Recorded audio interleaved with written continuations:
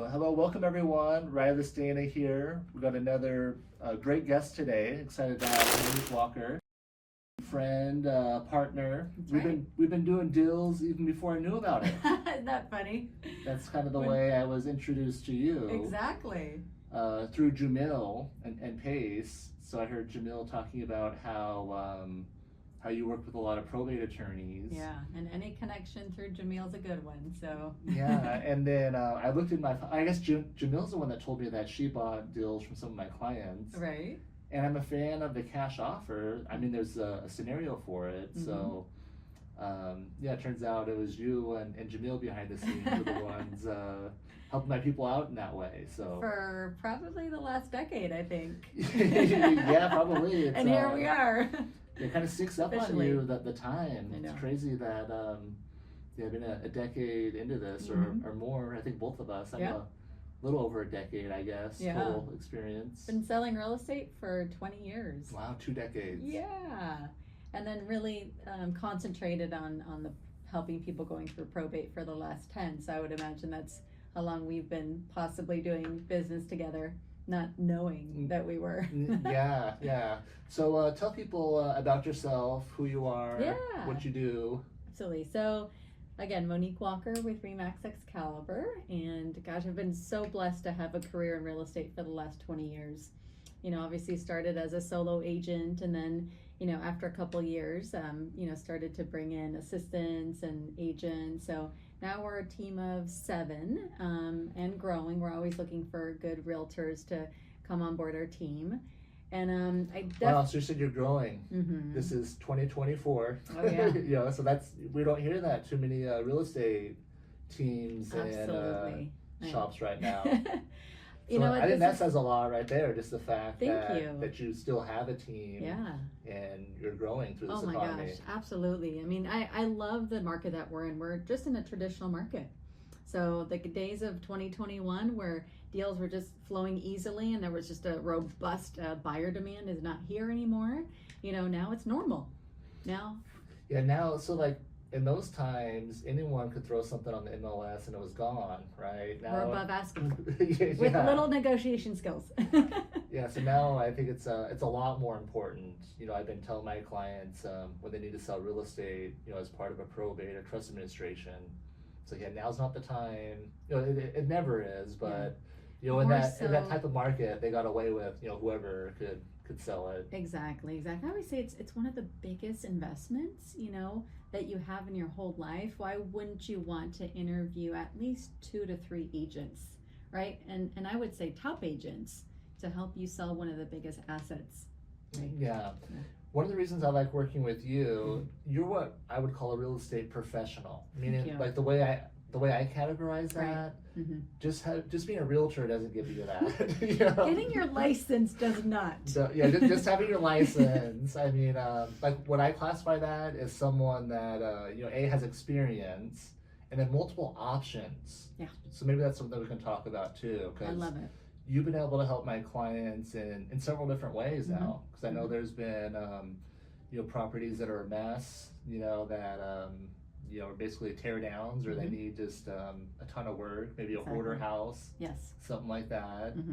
And then so that's very different to something that's, you know, recently renovated, you know, like ready for a new buyer. So yeah, exactly, Rilus. So, you know, my job is to bring in all the options. You know, as a realtor, you know, why do people hire me? Because they want to get the very best price, typically in the quickest amount of time. However, that's not always the case with probates, right? Many times they, again, want all their options, and many times they want the easier one, right? They want the easier one that's going to net them the most amount of money. So it's going through all those options. Like, Mr. Seller, we can sell a property just as is, right? And this is going to be your price. You're going to leave money on the table. You know, however, you're going to be able to be closed in the next 2 to 3 weeks. You know, or B, you know, can I have my contractor come out? Handyman, you know, can they do these list of repairs that I think is going to help you yield? However, you know, $20,000 more, but it's going to cost you $10,000. Can we go that route? Right? Yeah. Or, you know, and they rarely do this, you know, can we get a whole crew in here to remodel? let this show it at its best light and net you the top of the market. But it's going through all those scenarios, bringing in all the vendors, right? Whether it's, the estate sale people, the contractors, the clean out crews, sometimes the appraisers, sometimes floor plan specialists, stagers, all the things. We can just really simplify the process and say, like, we'll take care of you, whichever you choose. Yeah.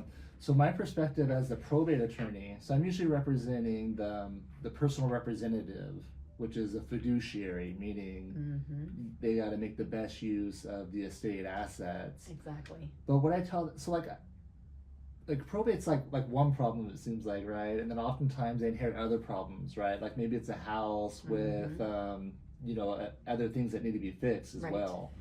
So I feel the duty to try to ease people's burdens, not make them feel like they have to be a fix and flipper. I'm like, probate's hard enough. Exactly. It's hard enough to settle this estate, but that doesn't mean that you have to go remodel this house. I don't think that's necessarily, they don't have to do that to fulfill their fiduciary duty. Right. True, that's how they get the most value, but it takes work in between that. Exactly.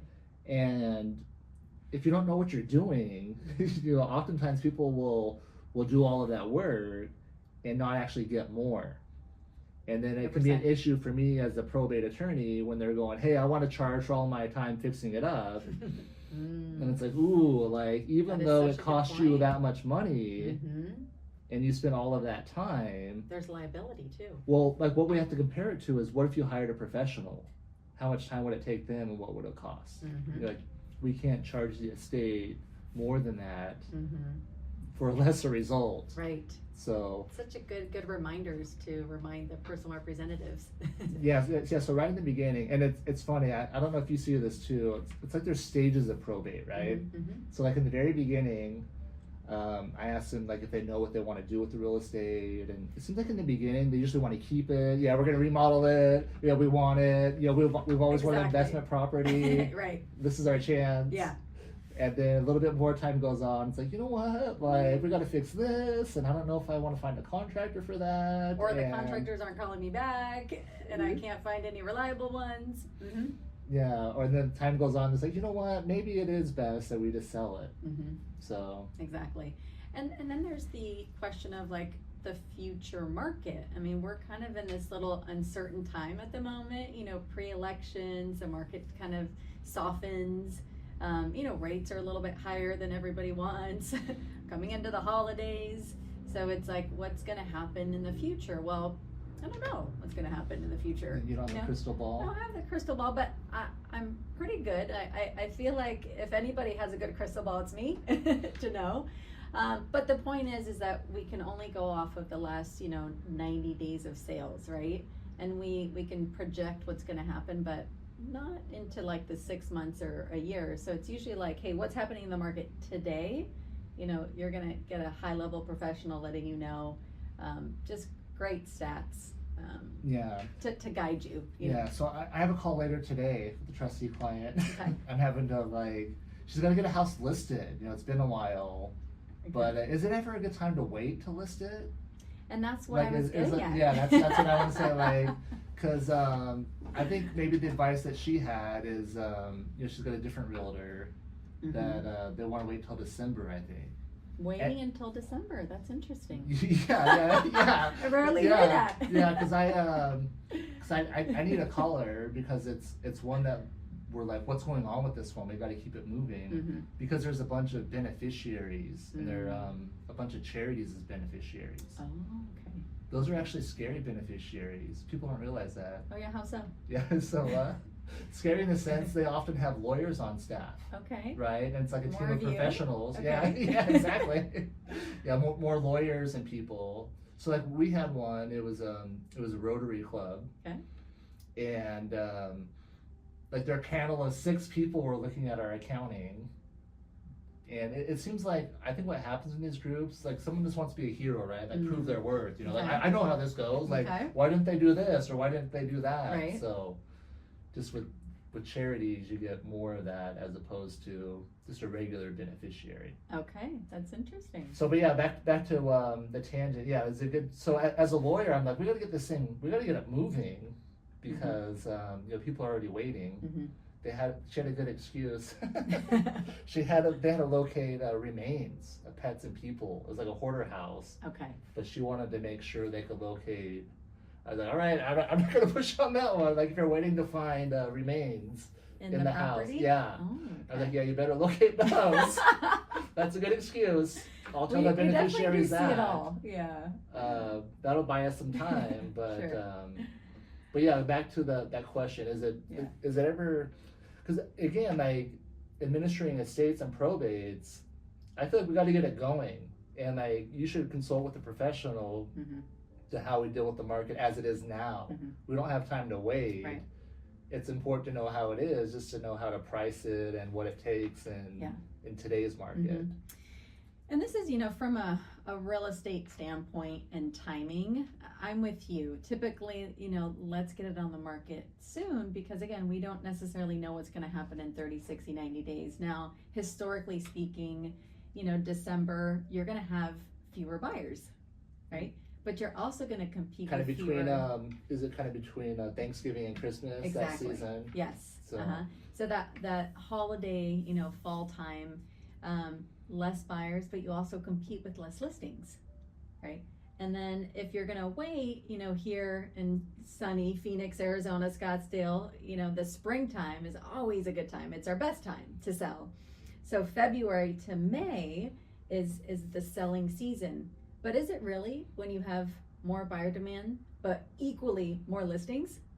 So it's always an active market, right? We're always somewhere between the 4,500 to 6,000 units per month, right? So it's going to swing maybe 10%, 15%, but is it going to net you more money to wait? Most likely not. Yeah. And it probably depends on the type of house too, right? Yeah. Like if people have their money on the sidelines, Right. depends what it is. Is it your depends. primary residence? Yeah. You might be more picky on that. And Is it an adult community, right? That's a little more seasonal, right? Is it more of a family neighborhood? Yeah. That's usually transacting all the time. Yeah. So adult communities. Yeah. How would that go? So you want to time it like they're looking more so like for the winter, but not as much in the summer. And so they once typically, it's hot. yeah, the adult, 55 adult communities are typically snowbirds that are flying into their snowbird home, usually mid-October. Yeah, we can feel it around here now, huh? All the traffic everywhere. Exactly. So once mid-October, hits, then you're going to see more buyer demand because they're here physically, right? Yeah. Yeah. Yeah, so I like your approach. Again, it's no surprise we like each other's style, but where you don't wait. No. It's a matter of knowing the market conditions, just so you can and just like you price said, it and. Every situation is so different, but the majority of the time, I think you and I, Rilus, see that time is of the essence, Yeah. right? And there's not a money tree, Yeah. right? And there's a lot of accounting that needs to happen. And every day that you wait is almost even more, expensive or liability or stress. So, if a family needs to move quickly, then, obviously I'm ready to go, and so are you, right?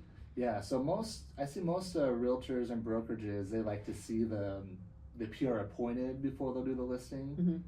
But I tell people to do all the groundwork, get everything ready, interview the realtors, have your team ready. Right. So as soon as you get that authority, you can hit the ground running. It's a great point. Absolutely. Yeah. Because you don't need you don't need to have the actual authority to interview people.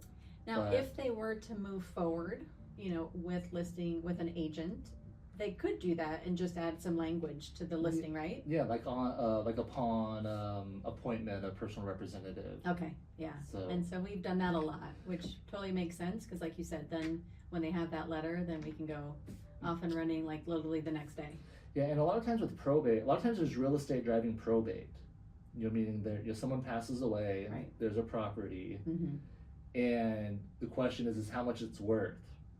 So that's why it makes sense to get the real estate professional involved right away. Yeah. That's usually what I tell people is like, well, what could you do with this? Like, number one, if we go through the trouble of probate, is there anything there for you to sell, right? Or are you just going to be, going through this process to you're not getting anything at the end. Okay.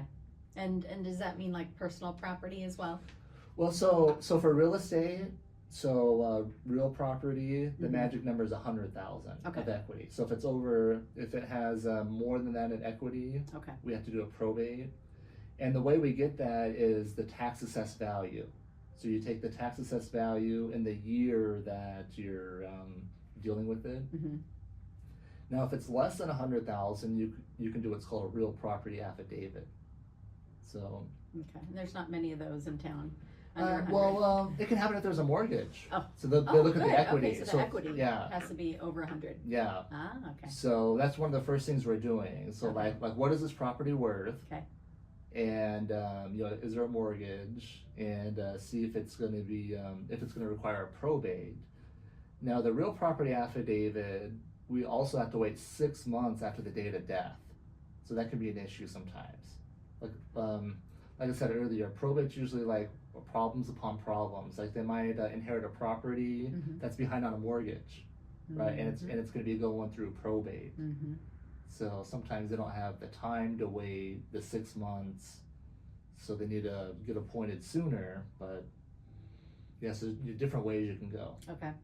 And there's not just one probate, correct? Is there several types of probates? Yeah. So maybe you can speak on that. What Yeah. are So those? that's So the first thing we're looking at is do we actually need a probate? Okay. So are there substitutes available? So that's the first level. Now. When do you know if you need a probate or not? So again, I'm looking for assets. Okay. Is there an asset in the name of the deceased? Okay. So someone dies, right? And then is there an asset still titled in their name? Let's break that down a little bit Okay. more. Mhm. So this issue of title is very important.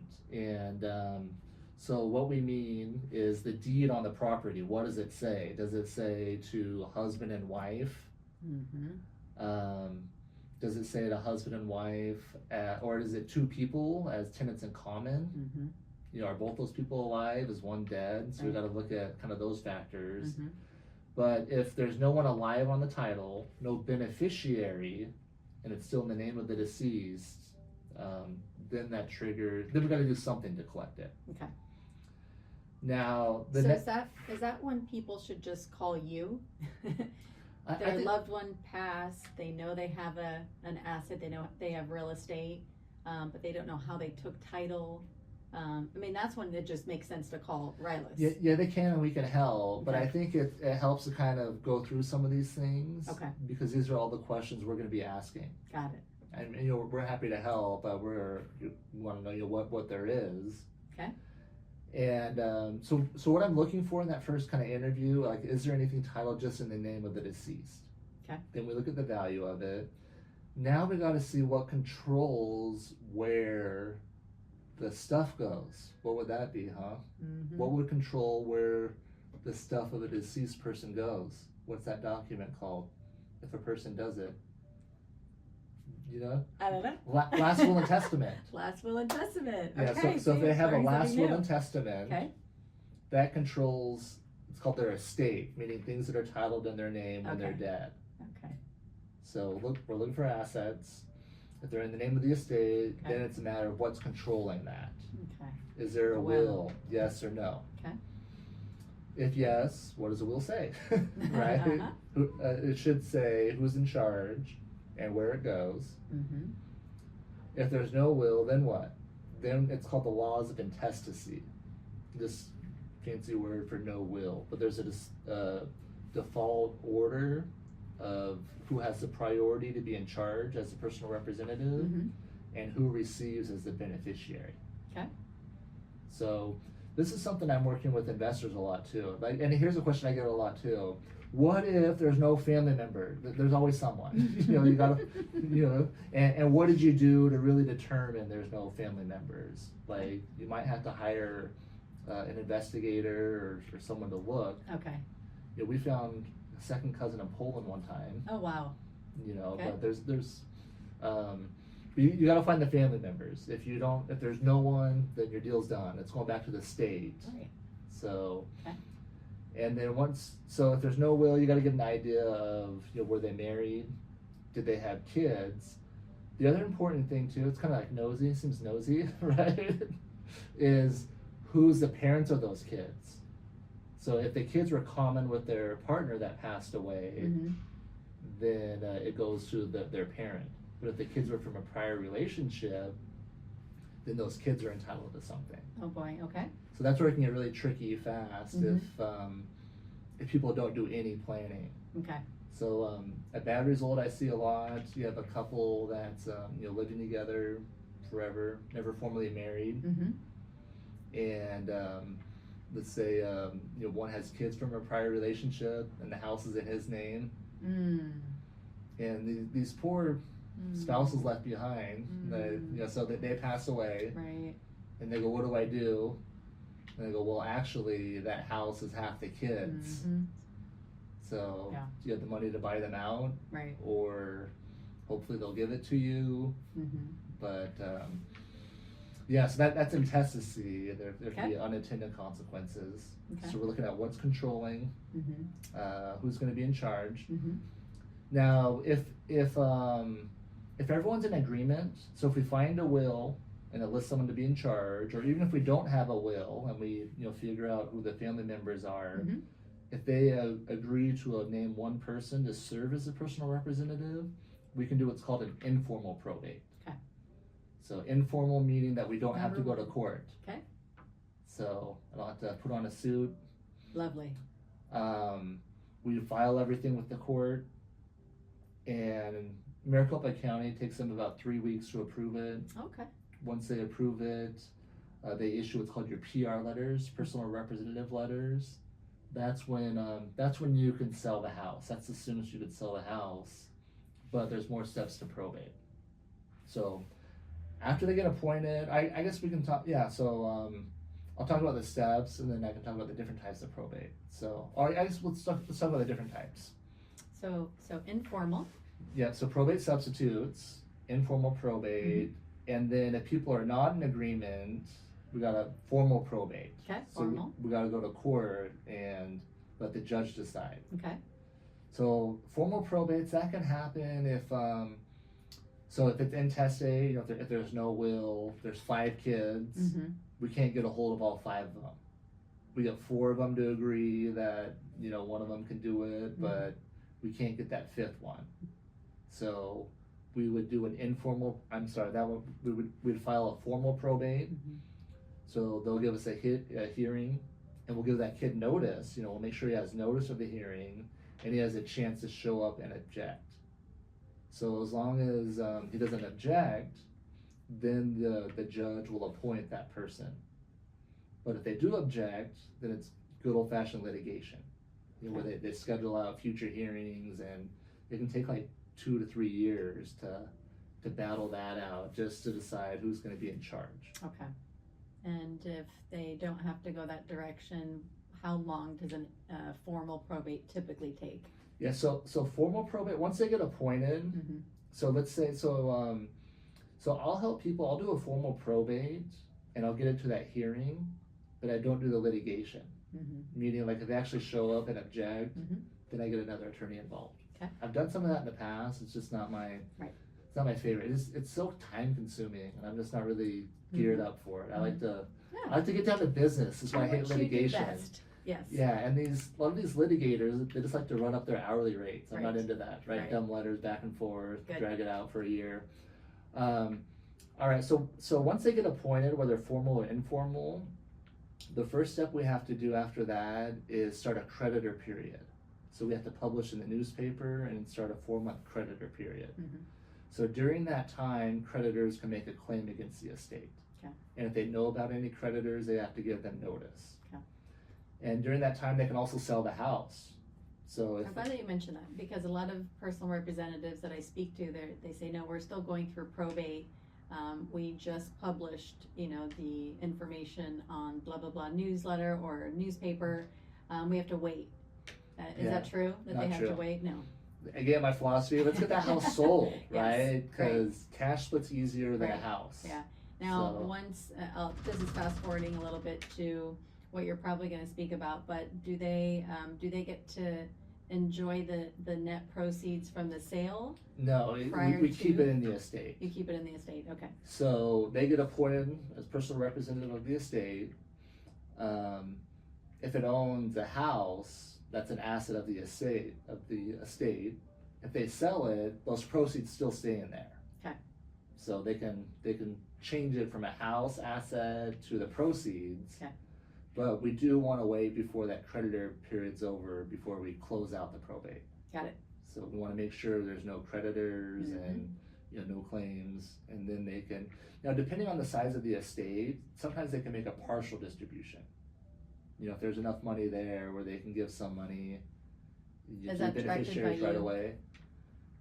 But by the attorney, yeah. Oh, I guess technically by the personal representative. Okay. And then when I'm, advising them, I always want to give people their money, right? That's why that's why they're But coming to people see like me. you, Rilus. Yeah, but that's my job, right? To help Right. connect them with that. Right. So I'm conscious of that. I got a 1-star review recently for it's a probate, and they asked for a partial distribution, which I was all on board for, but they're almost ready to close it. Oh. I was like, let's get you all your money, Yeah. right? Like instead of like doing the partial, like we're right there. They were mad at you because you were trying to get them all the money? One of the beneficiaries was, she didn't understand, I don't think, it's usually the case, but she posted a 1-star review. That just But means it's that like, you're human and you're doing a really good job. Yeah.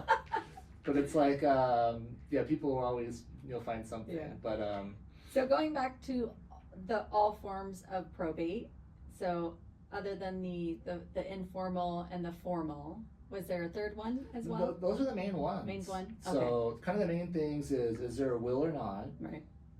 And then do people agree or not? Okay. So if they're in agreement, we can do the informal, but if there's, some issue, Mhm. and it's usually who's gonna be in charge is that issue. Okay. So, and it's interesting, so a lot of times they don't show up to those hearings, sometimes they do, and if they do show up, it's all they do is object and then they schedule it out for later. Sometimes these probate judges though, they switch them so often. Mm. Like sometimes they don't really know anything about probate. It's kind of Oh. scary Oh, as no. they're like newly on the bench. So Uh-oh. I've been surprised how they sometimes let a line of questioning go on for these other people, but eventually they figure it out. And Rilus, how about you? So you've been you've been in the, let me rewind. So let's talk about you, Rilus. So you have been attorney for how long? Let's see, about over 10 years. I Over guess, 10 years. When was it? 2012. I think? 2012. Okay. Yeah. Awesome. And so in your 12 years of being an attorney, how many probate cases do you think that you've finished or helped people get to the finish line? Probably thousands at this point. Thousands. Or over 1,000, I would say. That's wonderful. We And do can- about 2 new ones a week. So, That's or awesome. that's about 100 a year Wonderful. for the last 10 years. Yeah, it's probably just over 1,000. Great. And do you practice a lot of different aspects of the law, or is probate your specialty? Yeah, just this. So I help people set up the plans, the trust and estate plans, Okay. and then administer the plans or lack of plans. Okay. Kind of an interesting thing I'm seeing is people needing a trustee. Oh, okay. So after someone passes away, Mm-hmm.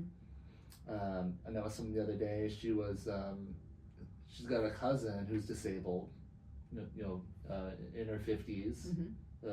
Their parents passed away. Mhm. There's a trust set aside for her. It's less than $1 million. So a lot of these big banks and institutions, they don't want to be a trustee unless there's like 5 or 10 million at their place. Okay. So I'm seeing a lot of people where they're left, serving as the trustee, but they need some guidance. So I've been representing a lot of people like that, where helping them with their role as a trustee, Okay. so that way they can still manage it, but they have some help with the legal aspects of it. Okay. Super. And if someone just has a question, I'm assuming that some people are like, I don't have money for an attorney. But I need questions, like my mother just passed away and I just inherited this property. I mean, can people call you and have a conversation? How does that work? Yeah. So we get our clients by one, we answer our phone. And You number answer your two, phone, that's we're nice. lovely. That's our business plan. Answer the phone and be nice. That's why we work together. Yeah, and we have a lot of free resources too. Mm. So one of my core values of the business is empowerment, meaning that we help people. Awesome. So I've made the decision where what applies for lawyers, kind of the opposite of that, Right. is if you call like, what's the answer? It's like, well, I'm not going to tell you. Exactly. It's like, I know how to do it, but Right. so we kind of have a line where we help people up to a point, Okay. and then if they want our help beyond that, they got to hire us. Awesome. So like, for example, for the trust administration or so like if there was a trust and someone passed away and someone needs help getting appointed as the trustee and getting the tax ID number, I created a whole course for them called the Trustee Toolkit. I had to bribe my paralegal to get her to go on video because I don't know how to do a lot of the things, honestly. You know, she's the one that does them, so she explained the process of how you obtain the tax ID number, and then we have templates of the forms that they can do. So, and then like we didn't talk about personal property. We talked about real property if it's over 100,000. So if there's personal property like a bank account, Okay. less than 75,000, Okay. there's a real easy way you can collect it called a personal property affidavit. So again, part of this empowerment, we're really open about this. You can go do it. Google's your friend. Ask the bank for it. Sometimes they have their own form. But if they want us to do it, you know, then they gotta hire us, right? They want to get us involved to, you know, speak to the bank on their behalf and do it. But we can help guide that beginning part. That's great. So do you ever advise them to do it on their own? Oh yeah. I mean, Is there ever a situation? I don't think everything needs an attorney, right? Like every situation isn't as complicated. Okay. I'm biased on a lot of things, right? Because it's one of those, a lot of times you don't know what you don't know. You know, it's interesting, kind of the trend in estate planning as well so when I started my career, the internet was kind of new. You know, going back to the early 2000s. I remember. Yeah. But the attorneys were kind of worried about this, you know, because before the internet, they didn't have to be good. You had to go to them to get the answers. Right. You couldn't figure it out on your own. So that really shifted things, right? I realized that, you know what, people can do a lot on their own. You know, I don't want to do the hard stuff, right? I want to do the more complicated things. If it's simple and easy, I'm open about that. And we have a free will template on our website too. Oh wow.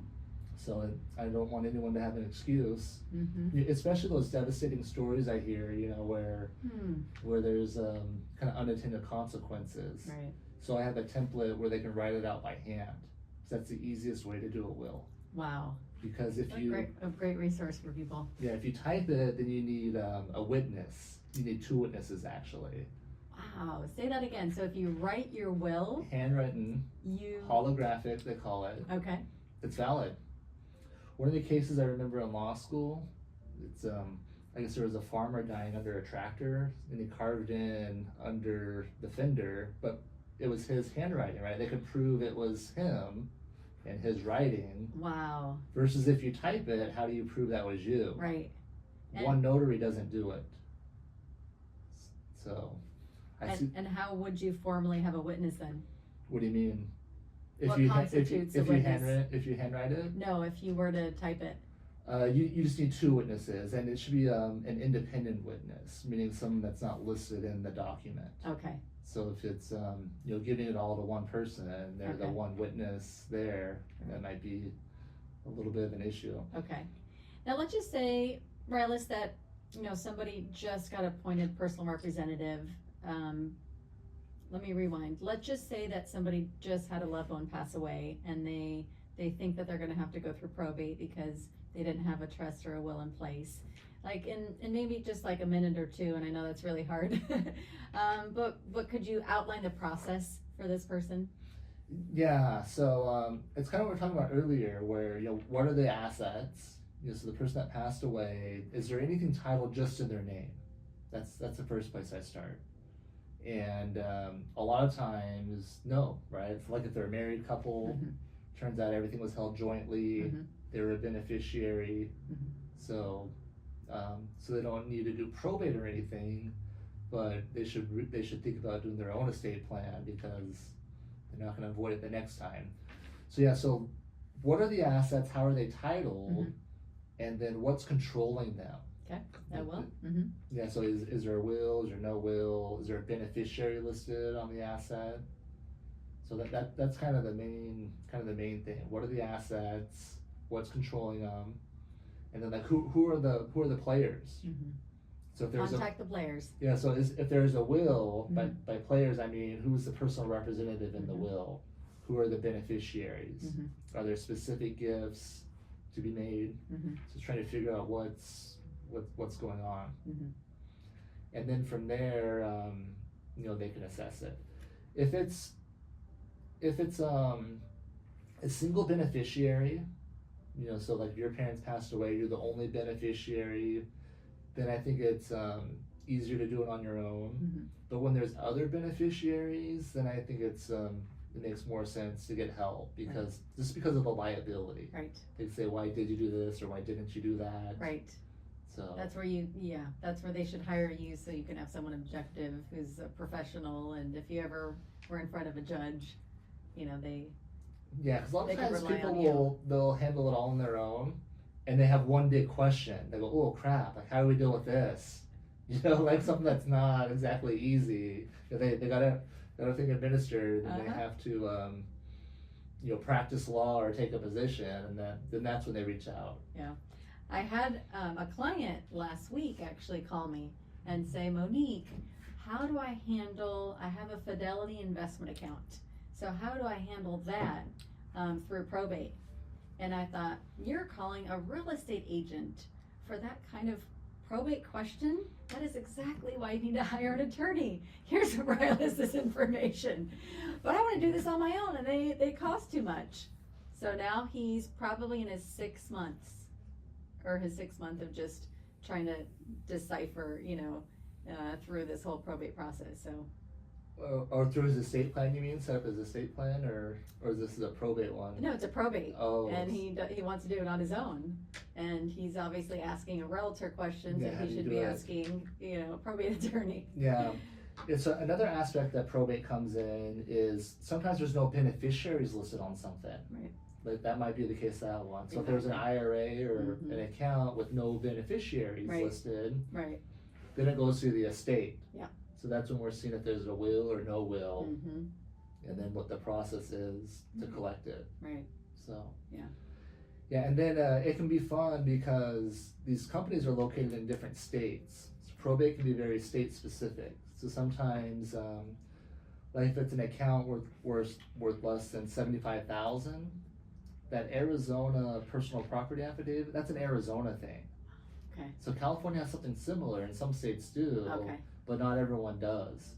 So I've seen situations where it's below 75,000, but the places are like, we're not going to take this thing. You know, we want something from the court, you know, not this affidavit. Okay. So we end up having to do a probate to prove to them that someone has the authority. Okay. So let's just say somebody lives here in Arizona, their parents passed away in a different state. Do you have to do the probate in a different state, and if the real estate is actually here in Arizona? Yeah, so we're looking where the assets are located. Okay. So if the assets are located here in Arizona, then we can do the probate here, and we need to. This will have, the Arizona will have jurisdiction over real estate located here. Okay. So it's not where they passed away, but it's where the real estate is owned. Yeah. Okay. So, and then if there's a trust, it can depend on the location of the trustee. You know, so there might be someone living here. Their name is the trustee of their parents' trust, but owns assets in another state. Okay. So we could choose to administer it either based on the location of the trustee, where the assets are located, or what the trust says. It's kind of what we're looking at. Okay. So if there's a choice, you know, like everything's harder in California, or things are like a pain over there. So sometimes you can kind of choose your different places. So if somebody has a choice, choose Arizona. Oh yeah, yeah. Simplify the process. Yeah, I went to an event in Silicon Valley, an estate planning conference, and the attorneys were telling me about how they hate working in San Francisco County compared to the other counties. So like, there's assets in multiple counties. They'll do a probate in a different county and then collect the San Francisco real estate. Okay. But yeah, sometimes local counties have their different local rules, and they don't always explain them. We had an Arizona county. They rejected one of the probates we did. They sent it all back. So we have to send them a stamped envelope. They send it all back, rejected, and it said loose papers. So she's like, what does that mean? So she called them like, why did you reject this? Like, we don't like loose papers. We want you to put a staple in it. No. Yeah. I was like, are you kidding me? I was like, they sent it all the way back to us? And she reminded me, well, yeah, they used our stamped envelope too. So yeah, some of these counties, they really love like rejecting things, and sometimes they have little rules that aren't posted anywhere. People just know that's, so she knows now. She knows Pima County, they do not like loose papers. So one of the things I'm going to give you some kudos, because I've really enjoyed working with you, and we have probates together and there's like multiple people involved. So one of the things that I've really appreciated is, of course, I have a real estate team.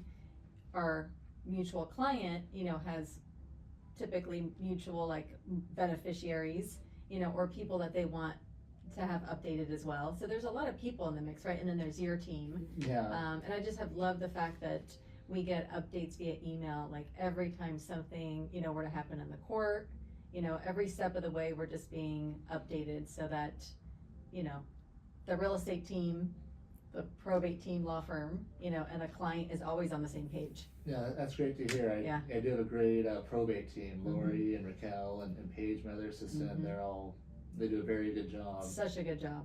So. And like, you over communicate, which is probably people's like biggest complaint, right? Realtors, attorneys, they're not communicating, they're not calling back. Yeah. Like, you're now talking to two people that pick up their phone, call back, follow up, and then just have their whole team do it, right? Yeah. So we're not the cheapest, we're not the most expensive either, but there was another investor. He came back to us this year. It was really nice, but he's like, yeah, I know your fees are fair. Like, cause he used a cheaper person a few times. I love when that happens. And he's like, I so appreciate everything. He's like, yeah, right. I want your help. Yeah. So that's our business model. Answer the phone, be nice, and then we, tell people how they can hire us. And a lot of times what happens is they call 3 other places, no one calls them back, or they meet with an attorney and don't really like them. Right. And they go, oh, okay, that sounds right. good. Now I see the difference, now I kind of see sometimes the value. It's good, right. So, nice, thank you. Anything else? Did we hit our topics? We've talked about lots of interesting things. Let's see, the different types of probates, I think was one of your questions. Yeah, should they do it on their own? And that's good. So let's talk about this. This is probably a good time, and then we can wrap. But let's talk post NAR. What's this world like post NAR? I love post NAR. Yeah. So what's it like out there? So first of all, I'm just gonna say, like, man, thank you, lawsuit, National Association of Realtors lawsuit, because it only upgraded our industry. It forced all of us agents to have more transparency. And let's call it like it is. Sometimes talking about commissions and fees is uncomfortable. And if realtors can avoid it, they had been avoiding it. And so now, there's full transparency with Monique. What's your compensation? So we don't call it commission anymore, we call it compensation. Okay. What about the buyer's agent? And of course, commissions have always been negotiable. But now it forces us to let the client know, yes, compensation's negotiable, and my fee is X, right? Because you do such a good job, right? You are kind, you pick up the phone, you follow up, you've got your team doing the same thing, right? And your fee, you're worth every penny of your fee, right? So as a realtor, I know my fee, and I always say it's negotiable, but this is what I choose to ask for. Yeah. So I love that transparency now. It's just an easy conversation. And what else? And there's a couple line items. So are you working with both buyers and sellers, would you say? What's kind Good of, question. or more So, sellers? Yeah, so my business is like 80% sellers. So that's Yeah. been my specialty for 15 years. And then about 20% buyers. And then I have a team that I have buyer specialists Okay. that typically will show our listings, and represent our buyers. Yeah. Exactly. So let's talk about representing the sellers. Yes. Is that changing? So post-NAR, is that changing that as your listing agreements and all that? Yes, and now there's a couple line items that have changed. Nothing has changed, and it has changed, right? So there's a couple sections that outline what our fees are. If there is an unrepresented buyer, is there gonna be a fee to the listing agent at that time? Okay, so you cover that. So if they're unrepresented, is there a fee? And then if they are represented, does it cover that too? Yes. Like so you ask your client, are you willing to pay A buyer compensation. compensation? Exactly. Don't say commission. Exactly. Um, And then obviously the listing agent's fee. yeah, and then so if they are willing to pay the buyer, Mhm. I guess you can't put that on the MLS anymore, right? Is that what That's changed? correct. That's the other change. So how does the Yeah. word get out that they're willing to pay the So buyer? we just, we talk amongst each other a little bit more often. So if I have a house listed and a realtor wants to see it, they either call me up or send me a text. Monique, is there compensation, on this listing before I show it? Yeah. And then So- they make a decision whether or Yeah. not they wanna show it. See, I feel like it's still kind of like shaking out. Like we're gonna see how It is. how it's gonna work. Exactly. Because At the end of the day, the purchase contract will also have a compensation form that the agent sends to the seller or sends to me as a listing agent. So whether a seller is agreeing to 2%, 2.5%, 3%, if the buyer's agent wants 3%, they're gonna request it with their offer. okay. So at the end of the day, it's all still a negotiation that the seller gets to decide. Yeah. Now, can buyers just waive a buyer's agent altogether? They can. And Yeah, say, glad that you mentioned that, because the other part of the lawsuit was that now we have to have a buyer broker agreement. And it has to be signed prior to a realtor showing a buyer a property. If not, there's fines, there's fees. Yeah. So like if I want to go look at a property, Mhm.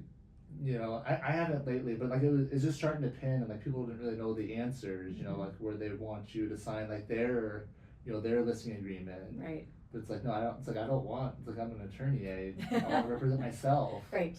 Yeah. Do you know if there's an answer to that? Like Yeah. how I would do that, or if they could, just waive having a buyer's agent? You can, or- so you'd be an unrepresented buyer, Okay. right? And so the agent that's showing you the property now, there's that clear conversation where it's like, oh, I'm not representing you, you're not gonna sign my buyer broker agreement, you're gonna be unrepresented. Now, do you mention that in your listing agreements, like what your compensation is going to be if there's a unrepresented buyer versus represented? Yes. So do you charge more if they're unrepresented, the other I buyer? should. I know. Yeah. I mean, That's depends the on the most- buyer, huh? That's the most dangerous buyer. The unrepresented one. Yeah, it really is. It's somebody who, obviously doesn't have good coaching or good representation because they're doing it themselves. Chances are they're probably not sophisticated like yourself. They haven't probably bought like 50 other homes, so they do this maybe once every decade. Yeah. So they don't know the steps and the purchase contract and like the process. But you would, I guess, so it makes your life or your job a little bit harder Yeah. if you have to kind of guide them through all Exactly. of those things. Yeah, and then, Yeah, you might need to change that. right? Exactly. Well, I do charge an unrepresented buyer Okay. fee from the seller. Okay. Right, and that's part of the conversation, prior to listing a property. But that's probably a lesser amount than paying a buyer's commission. Correct. So. Yeah, exactly. Yeah, and then I'm represented buyer, and granted, we're talking about this because it's kind of a, it's like an unknown, but you know how often it's happened this year? What's that? An unrepresented buyer buying one of our listings? What, it hasn't yet? Hasn't yet. Yeah. Remember that happening like 10 years ago? Yeah, but it's still shaking out, I feel It is. like. So Yeah. like people don't know kind of what's the case. Right. My sister's an agent in Southern California, Mhm. and she's telling me how there's a house, but they're not offering any buyers compensation. Mhm. You know, so she's representing sellers, but it's like great. So now, so I guess it's up to her, basically her buyer's agreement, her buyer's compensation agreement. And now some of those they're trying to make it where if they don't pay commission, they're responsible. But I guess the worry is how do you get them to pay? You know, they're not going to hold up the transaction because, you know, a buyer doesn't get paid. Right. The buyer's agent. So has she sold the house yet? No, she's representing the buyer. Oh, she's the buyer's agent. Yeah, Okay. and Okay. and her. So did she show the property? Yeah, I think she still showed it to him. Did the buyer want to buy it? I don't think so. I mean, it's just simple economics, right? I mean, nobody wants to work for free. I always say, you know, you want to get the most amount of exposure, right? Yeah. And if your neighbor, you know, you want to only offer a, I don't know, let's just say a 1% compensation. And where are they offering this? You just gotta call them now is what it is. And then Yeah. that makes you feel dumb, huh? They're like, if you're like, yeah, there's no compensation. You still wanna show it? What kind of agent are you? So sorry. Like, are you, Oh my Are you a goodness. good fiduciary You know, to your client? And honestly, you know, I don't necessarily take listings, because I just explained to the seller it's not in your best interest. And if it was, and it was gonna net you more money, I would tell you. But is your goal to net the most amount of money? Naturally, right? You know, so if you were an agent, right, and you were representing your buyer, you know, and you had 3 houses to choose from, and one was offering 3, and the other one was offering 2.5, and this one was offering 0, like, would you show this one? Yeah. It's just natural economics, right? Mm. Because 73% of buyers need a loan. So are they really, is the buyer really gonna have enough money to then pay their agent? They have their down payment, they have their title fees, right? They have to pay down their rate because rates are so expensive. Yeah, so one of the questions was, are banks and mortgages gonna say, yeah, sure, here's part of, And they do for certain, I think it's a FHA and possibly VA. yeah, okay, they Let's said scratch that though, cause I'm not exactly sure. if that's still in there, you mean? If they- Yeah, that they'll add the compensation, to their loan, Yeah. yeah, but don't.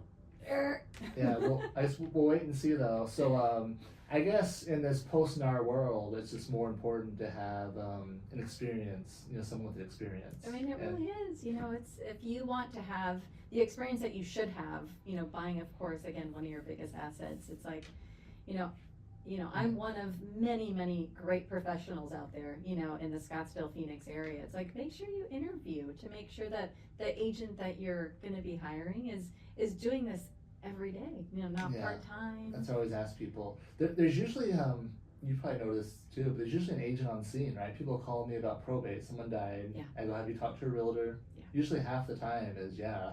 Half the time they already have, they already know Exactly. someone, or. Exactly. So. And part of their duty, like you said, their fiduciary duty is to do what's best for the estate, right? So do you think that it would be best for the estate to make sure that they interview a couple different top agents? Yeah, and what I was just thinking of, it sounds like it'd be best not to pay a buyer, but probably not. You're not gonna sell it, right? That's like the natural thing. Like, this will save us, you know, 2 or 3%, but you could be losing, you know, 5 or 10%, or you not sell it. Or it could take months longer to sell it. Exactly. And not only like, do you want the best price, but then you also want the best terms, right? Because that's sometimes, depending on the estate, it's like equally important, right? Yeah. You need a post-possession, you know, we don't like those, but sometimes those have to happen. Yeah. Right, do you need vendors, you know, do you, like, today I talked to somebody that their air conditioning doesn't work. Well, you know what that means? The loan, the bank's not gonna, you know, get you the loan, it's not gonna, buyer's not gonna qualify, cause that AC's gotta be working. Yeah, that's probably, is that for all loans? Yeah, Yeah, for makes all sense. loans, yeah, you know, there's some non-negotiables for the banks. Especially in Arizona. Right, yeah. So. And so that's where, you know, you've got, if you have a good agent, you're gonna have good vendors that are connected to that agent. And that will help them through those scenarios Yeah. creatively. Yeah. Well, thank you. Yeah. This has been great. I know, it's been fun. Any other final points to touch on? Glad that you brought the NAR situation. Yeah, I'm excited. I'm just watching. Yeah. On the sidelines. Yeah.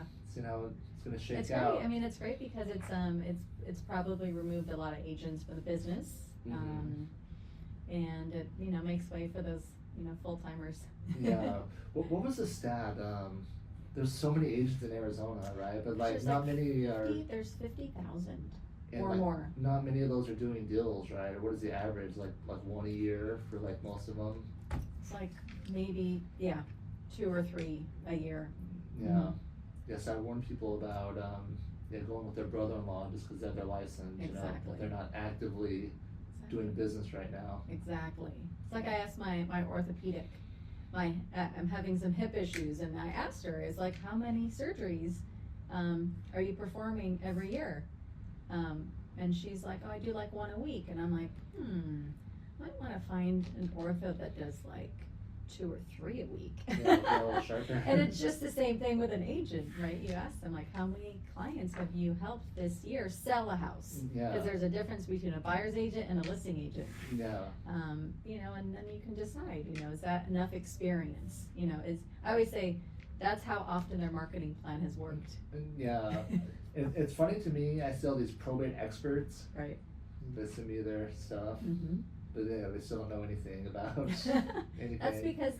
But they want to call themselves. It's funny that like you reach out to an attorney and call yourself a probate expert. Yeah. Like don't it's like a niche in real estate, but Right. unless you actually know, shouldn't say that. So what are some good questions that people that are going to go? Sorry. What are good questions for people that are going to have to go through the probate process to ask an attorney? Well, that's good. So, so I think like I'll describe my team, my strengths. So sometimes they're comparing us and other people. Like, does the attorney have a team? Like one of the things I bring up. Are they answering their own phone? Mm-hmm. If they're in court or in meetings, is no one answering the phone? Mm-hmm. So that's one of it. Exactly. Do they have a team? And then what areas of law do they do? Are they doing divorce and probate and some personal injury? You want someone that focuses just on that one area. Mm-hmm. So that's kind of the main thing. Specialty. Yeah, they're actually doing it. Kind of similar, they're actually doing that thing. I guess the law can be very broad, where some attorneys call them door lawyers to take whatever walks through the door, but I don't know how you're good at anything if you do everything. Exactly. So, Same. Yeah. All right, thanks. I guess we can wrap it there. I'll hit stop. Thank you. Thanks for coming by. We'll have to. Why don't you let everyone know where they can find you? How about that? Yeah, absolutely. So of course I love the phone, so they can always call me at 602-413-8195. You can text me, email me, Monique@moniquesells.com. My Instagram is MoSellsAZ, and all of the above. All right, great. Yeah. All right, thank you. All right.